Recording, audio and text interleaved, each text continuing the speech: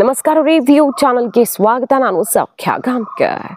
ರಾಜ್ಯಕ್ಕೆ ಜೆ.ಪಿ. ನಡ್ಡಾ, ಬಿಜೆಪಿಯಲ್ಲಿ ಬಹಳಷ್ಟು ಗೊಂದಲಗಳು. ಯತ್ನಾಳ್, ವಿಜಯೇಂದ್ರ, ವಕ್ಫ್ ಹೋರಾಟ ಯಾರು ಮಾಡಬೇಕು, ಪ್ರತ್ಯೇಕ ಹೋರಾಟ ಸರಿಯಾ ತಪ್ಪಾ, ಸಮಾವೇಶಗಳನ್ನು ಮಾಡೋದಕ್ಕೆ ನಿರ್ಧಾರ ಮಾಡಿರೋದು. ಯಡಿಯೂರಪ್ಪನವರ ಹುಟ್ಟುಹಬ್ಬದ ಸಮಾವೇಶ, ಮತ್ತೊಂದು ಡೆಲ್ಲಿಗೆ ಹೋಗಿ ಬಂದಿದ್ದು, ಮೋದಿಯವರನ್ನು ವಿಜಯೇಂದ್ರ ಭೇಟಿಯಾಗಿ ಬಂದಿದ್ದು, ದೊಡ್ಡ ಮೆಸೇಜನ್ನು ಕೊಟ್ಟಿದ್ದು. ಇದೆಲ್ಲದರ ಬೆನ್ನಲ್ಲೇ ನಡ್ಡಾ ಎಂಟ್ರಿ. ರಾಜ್ಯ ಬಿಜೆಪಿಯಲ್ಲಿ ಮಹತ್ವದ ಬೆಳವಣಿಗೆ ಏನಾಗ್ತಾ ಇದೆ? ಹಾಗಾದರೆ ಈಗ ಮಾಹಿತಿ ಮುಂದೆ ಇಡ್ತಾ ಇದೀವಿ. ಮಿಸ್ ಮಾಡ್ತಾರೆ ನಮ್ಮ ಚಾನಲ್ನ ಸಬ್ಸ್ಕ್ರೈಬ್ ಮಾಡಿ, ನಿಮ್ಮ ಅಭಿಪ್ರಾಯ ಕಮೆಂಟ್ ಮಾಡಿ ತಿಳಿಸಿ. ವೀಕ್ಷಕರೇ, ಸೌತ್ ಇಂಡಿಯಾದಲ್ಲಿ ಬಿಜೆಪಿ ಹೆಬ್ಬಾಗಿಲು ಅಂತ ಕರೆಸ್ಕೊಳ್ತಾ ಇರೋದು ಕರ್ನಾಟಕ. ಬಿಜೆಪಿ ಮಟ್ಟಿಗೆ ಕರ್ನಾಟಕದಲ್ಲಿ ಸ್ಟ್ರಾಂಗ್ ಇರೋದು. ಆದರೆ ಕಳೆದ ಚುನಾವಣೆಯಲ್ಲಿ ಮಹಾಪೆಟ್ಟು ಬಿತ್ತು, ಬಣ ಬಡಿದಾಟದ ಎಫೆಕ್ಟ್ ಅಂತ ಹೇಳಲಾಯಿತು. 24ರ ಚುನಾವಣೆಯಲ್ಲಿ ಸಮಾಧಾನಕರ ಪರ್ಫಾರ್ಮೆನ್ಸು, ಬಿಜೆಪಿ JDS ಮೈತ್ರಿ ವರ್ಕೌಟ್ ಆಯಿತು ಅನ್ನೋದು ಸಿಕ್ಕ ರಿಪೋರ್ಟು. ಆದರೆ ಈಗ ಪರಿಸ್ಥಿತಿ ಹೇಗಾಗಿದೆ? ಬೈ ಎಲೆಕ್ಷನ್ ಸೋಲಿರಬಹುದು, ಈ ವಕ್ಫ್ ಹೋರಾಟ, ಬೇರೆ ಬೇರೆ ಹೋರಾಟದಲ್ಲಿ ಭಿನ್ನಾಭಿಪ್ರಾಯ ಸ್ಫೋಟವಾಗಿರೋದಿರಬಹುದು, ಯತ್ನಾಳ್ ಬಣ ವಿಜೇಂದ್ರ ನಾಯಕತ್ವ ಒಪ್ಕೊಳ್ಳೋಕೆ ಸಾಧ್ಯವೇ ಇಲ್ಲ ಅಂತ ತಮ್ಮ ಅಂತಿಮ ನಿರ್ಧಾರವನ್ನು ಪ್ರಕಟಿಸಿ ಹೈಕಮಾಂಡ್ಗೆ ಸೆಡ್ ಹೊಡೆಯೋ ಮಟ್ಟಿಗೆ ನಡವಳಿಕೆ ತೋರಿಸ್ತಿರೋದಿರ್ಬೋದು. ಇದೆಲ್ಲ ನಡೀತು. ವಿಜೇಂದ್ರ ಡೆಲ್ಲಿಗೆ ಹೋದರು, ಮೋದಿಯವ್ರನ್ನೇ ಭೇಟಿಯಾದರು. ಮೋದಿ ಅಂದರೆ ದೇಶದ ಪ್ರಧಾನಿಗಳು ಆಗಿರುವ ನಮ್ಮ ಪಕ್ಷದ ಮೇರು ನಾಯಕ ಪ್ರಧಾನಿ ಮೋದಿ ಅವರಿಂದ ಪಕ್ಷ ಸಂಘಟನೆಗೆ ಇಂದು ಮುಂದಿನ ದಿನಗಳಲ್ಲಿ ಚೆನ್ನಾಗಿ ಪಕ್ಷ ಸಂಘಟನೆ ಮಾಡ್ಕೊಂಡು ಹೋಗೋದಕ್ಕೆ ಹುರುಪು ಸಿಕ್ಕಿದೆ, ಬಲ ಸಿಕ್ಕಿದೆ, ಹೊಸ ಚೈತನ್ಯ ಸಿಕ್ಕಿದೆ ಅಂತೆಲ್ಲ ಬರೆದುಕೊಂಡ್ರು. ಮೋದಿ ಭೇಟಿಯಾಗಿ ಬಂದರು. ವಿಜಯೇಂದ್ರ ಆ ಮೂಲಕ ನನ್ನ ನಾಯಕತ್ವಕ್ಕೆ ಯಾವುದೇ ತೊಡಕಿಲ್ಲ ಅನ್ನುವ ಬಿಗ್ ಮೆಸೇಜ್ ಕೊಟ್ಟರು. ನೋಡಿದ್ವಿ ಅದನ್ನು. ಆಮೇಲೆ ಯತ್ನಾಳ್ ಹೋಗಿ ಬಂದು ಶಿಸ್ತು ಸಮಿತಿ ಅಧ್ಯಕ್ಷನ ಭೇಟಿ ಆದ ಮೇಲೂ ಕೂಡ ನನಗೆ ಹೈಕಮಾಂಡ್ ಬೆನ್ನು ತಟ್ಟಿದೆ, ವಕ್ಫ್ ಪ್ರತ್ಯೇಕ ಹೋರಾಟ 2ನೇ ಹಂತದಲ್ಲಿ ಶುರುವಾಗುತ್ತೆ, ಅಲ್ಲಿ ಲಿಂಗಾಯತ ಸಮಾವೇಶ ದಾವಣಗೆರೆ, ಶಿವಮೊಗ್ಗದಲ್ಲಿ ಶಕ್ತಿ ಪ್ರದರ್ಶನ ಅಂತ ಹೇಳುವ ಮೂಲಕ ವಿಜಯೇಂದ್ರಗೆ ಅವರು ಸೆಡ್ ಹೊಡಿತಿರೋದು ನೋಡಿದ್ದೀವಿ. ಸೊ ಎರಡೂ ಕಡೆಯಿಂದ ಬೆಳವಣಿಗೆಗಳಾಗ್ತಿವೆಯಲ್ಲ. ಮುಂದಿನ ನಡೆ ಏನು? ನಡ್ಡಾ ಅವರೇ ಬರ್ತಿದ್ದಾರೆ ರಾಜ್ಯಕ್ಕೆ. ಈಗ ಸದ್ಯಕ್ಕೆ ವಿಜಯೇಂದ್ರ ಸಮಾವೇಶಕ್ಕೆ ಬ್ರೇಕ್ ಹಾಕಿದ್ದಾರೆ. ಅಂದರೆ ಯಡಿಯೂರಪ್ಪನವರ ಹುಟ್ಟುಹಬ್ಬದ ಹೆಸರಲ್ಲಿ ಒಂದು ದೊಡ್ಡ ಸಮಾವೇಶ ಮಾಡಿ ಶಕ್ತಿ ಪ್ರದರ್ಶನ, ಲಿಂಗಾಯತ ಬಲ ನಮ್ಮ ಜೊತೆಗಿದೆ, ಮತ್ತು ಯಾರು ರೆಬಲ್ಸ್ ಇದ್ದಾರೋ ಅವ್ರಿಗೆ ಮೆಸೇಜ್ ಕೊಡೋ ಪ್ರಯತ್ನ ಆಗಿತ್ತಲ್ವ.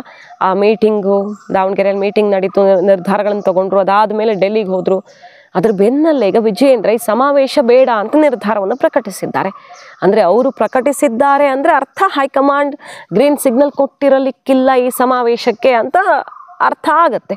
ಸಹಜವಾಗಿ ಅಲ್ಲಿಂದ ಓಕೆ ಅಂದಿದ್ರೆ ಒಂದು ಶಕ್ತಿ ಪ್ರದರ್ಶನದ ಚಾನ್ಸನ್ನು ಕಳ್ಕೊಳ್ಳೋ ಸಾಧ್ಯತೆ ಕಡಿಮೆ ಅಲ್ವಾ. ಸೊ ಸಮಾವೇಶಕ್ಕೆ ವಿಜಯೇಂದ್ರ ಬ್ರೇಕ್ ಹಾಕಿದ್ದಾರೆ, ಬೇಡ ಅಂತ ಹೇಳಿದ್ದಾರೆ ಅಂತ ಗೊತ್ತಾಗ್ತಾ ಇದೆ. ಈಗ ಡೆಲ್ಲಿಗೆಲ್ಲ ಹೋಗಿ ಬಂದ್ಮೇಲೆ ಆಗ್ತಿರೋ ಬೆಳವಣಿಗೆ. ನಡ್ಡಾ ಅವ್ರು ಬೇರೆ ಬರ್ತಿದ್ದಾರೆ. ಈ ಕಡೆ ಸಮಾವೇಶಕ್ಕೂ ಬ್ರೇಕ್ ಹಾಕಿ ಯತ್ನಾಳ್ ಸಮಾವೇಶಕ್ಕೂ ಬ್ರೇಕ್ ಹಾಕುತ್ತಾ ಹೈಕಮಾಂಡ್. ಇನ್ನೊಂದು ಪ್ರತ್ಯೇಕ ಹೋರಾಟಕ್ಕೆ ಅವಕಾಶ ಮಾಡಿಕೊಟ್ಟಿದ್ದೇ ಹೋದಾದಲ್ಲಿ ನಾಯಕತ್ವಕ್ಕೆ ಬೆಲೆ ಇಲ್ಲ ಅಂತ ಆಗತ್ತೆ. ಸೊ ಯತ್ನಾಳ್ ಅವರ ಪ್ರತ್ಯೇಕ ಈ ವಕ್ಫ್ ಹೋರಾಟಕ್ಕೂ ಬ್ರೇಕ್ ಹಾಕಬೇಕಾಗತ್ತೆ. ಇಲ್ಲ ಅಂದರೆ ಎಲ್ಲರ ನಾಯಕತ್ವದಲ್ಲಿ ಸಾಮೂಹಿಕವಾಗಿ ಈ ಹೋರಾಟದ ಹೊಸ ರೂಪುರೇಷೆಯನ್ನು ರೂಪಿಸಬೇಕಾಗತ್ತೆ. ಬಿಜೆಪಿ ಒಗ್ಗಟ್ಟಾಗಿದೆ ಸಿಟಿ ರವಿ ವಿಚಾರದಲ್ಲಿ.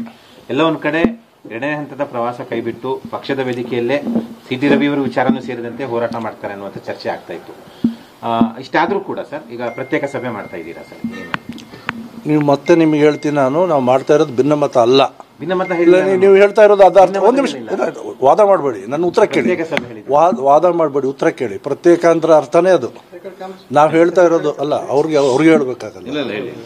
ಅಲ್ಲ, ನಾವು ಹೇಳ್ತಾ ಇರೋ ಉದ್ದೇಶನೇ ಅದು. ನಮ್ಮ ಉದ್ದೇಶ ವಕ್ಫ್ ಬಗ್ಗೆ ಮಾಡ್ತಾ ಇದ್ದೀವಿ. ಜನಸಾಮಾನ್ಯರ ಸಮಸ್ಯೆ ಇದು. ಹೀಗಾಗಿ ನಾವು BJP ಮುಖಂಡರು ನಾವೆಲ್ಲ ಅದನ್ನು ಕೈ ತೆಗೆದುಕೊಂಡು ಹೋಗ್ತಾ ಇದ್ದೀವಿ. ಇನ್ನು ಯಾರ್ಯಾರು ನಮ್ಮ ಜೊತೆಗೆ ಜಾಯ್ನ್ ಆಗ್ತಾರೋ ಆಗಲಿ, ನಮಗೇನು ಅಭ್ಯಂತರ ಇಲ್ಲ. ಮತ್ತು ಅವರೇ ಇಂಡಿಪೆಂಡೆಂಟ್ ಮಾಡ್ತಾರೆ, ಮಾಡಲಿ, ಅದನ್ನು ಹೇಳಿದ್ದೀವಿ ನಾವು. ಸೊ ಹೀಗಾಗಿ ಇದು ಪ್ರತ್ಯೇಕ ಅಪ್ರತ್ಯೇಕ ಅಂತ ನೀವು ಬೈಫರ್ಕೇಟ್ ಮಾಡಬೇಡಿ ಮಾಧ್ಯಮದವರು. ಆಯ್ತು, ನೆಕ್ಸ್ಟ್ ಕ್ವಶನ್. ಅದೇ ವಿಚಾರಕ್ಕೆ ಉತ್ತರ ಕೊಟ್ಟಾಯ್ತು. ಒಬ್ಬೊಬ್ರು ಕೆಲಸ ಆಗ್ತಾ ಇದೆಯಾ ಅಂತ ಸರ್? ಈಗ ಏನು ಹಿರಿಯ ನಾಯಕರನ್ನ ಸರಿಯಾಗಿ ನಡ್ಸ್ಕೊಳ್ತಾ ಇಲ್ಲ, ಮೂಲೆ ಗುಂಪು ಮಾಡಲಾಗ್ತಾ ಇದೆ. ಇವತ್ತಿನ ಸಭೆಯ ಉದ್ದೇಶ ಅದಲ್ಲ. Thank you. ಸರ್, ಈಗೇನಂದ್ರೆ ನೀವು ಈ ತರ ಪ್ರತ್ಯೇಕ ಅಲ್ಲಾದ್ರೂ ಕೂಡ ನಡೆದ ಸಭೆ ಬೆನ್ನಲ್ಲಿ ಮಾಜಿ ಶಾಸಕರುಗಳ ಸಭೆ ಆಗತ್ತೆ.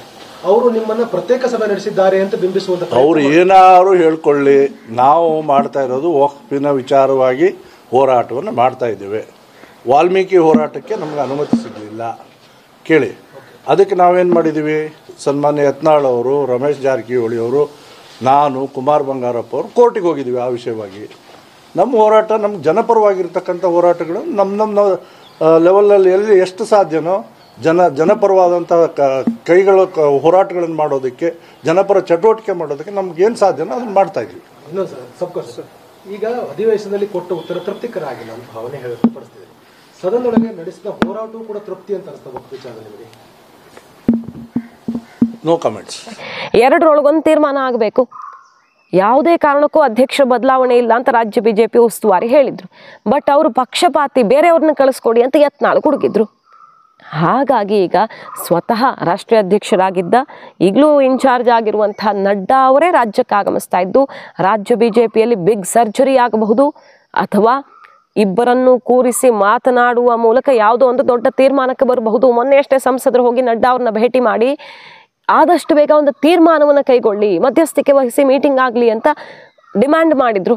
ಆದರೆ ಈ ಯಾವುದೇ ರೀತಿಯ ಸಂಧಾನ ಮಾತುಕತೆಗೆ ಯತ್ನಾಳ್ ಅವರು ಒಪ್ಪುತ್ತಾನೇ ಇರಲಿಲ್ಲ. ಹಾಗಾಗಿ ಈಗ ನಡ್ಡಾ ಅವರೇ ಆಗಮಿಸಿ ಬರ್ತಾ ಇದ್ದು ರಾಜ್ಯಕ್ಕೆ ದೊಡ್ಡದೊಂದು ತೀರ್ಮಾನ ಆಗುವ ಸಾಧ್ಯತೆ ಕಂಡು ಬರ್ತಾ ಇದೆ. ಎರಡರೊಳಗೆ ಒಂದು ನಿರ್ಧಾರ ಆಗಬೇಕು. ಯತ್ನಾಳ್ ಅವ್ರಿಗೂ ಒಂದು ರೀತಿಯಲ್ಲಿ ಸಮಾಧಾನ ಮಾಡುವಂಥ ಅವಕಾಶ ಕೊಡಬೇಕಾಗ, ಅದೇ ರೀತಿ ವಿಜಯೇಂದ್ರ ಬಣ ಸಿಡಿದೇಳದಂತೆಯೂ ಕೂಡ ವ್ಯವಸ್ಥೆ ಮಾಡಬೇಕಾಗತ್ತೆ.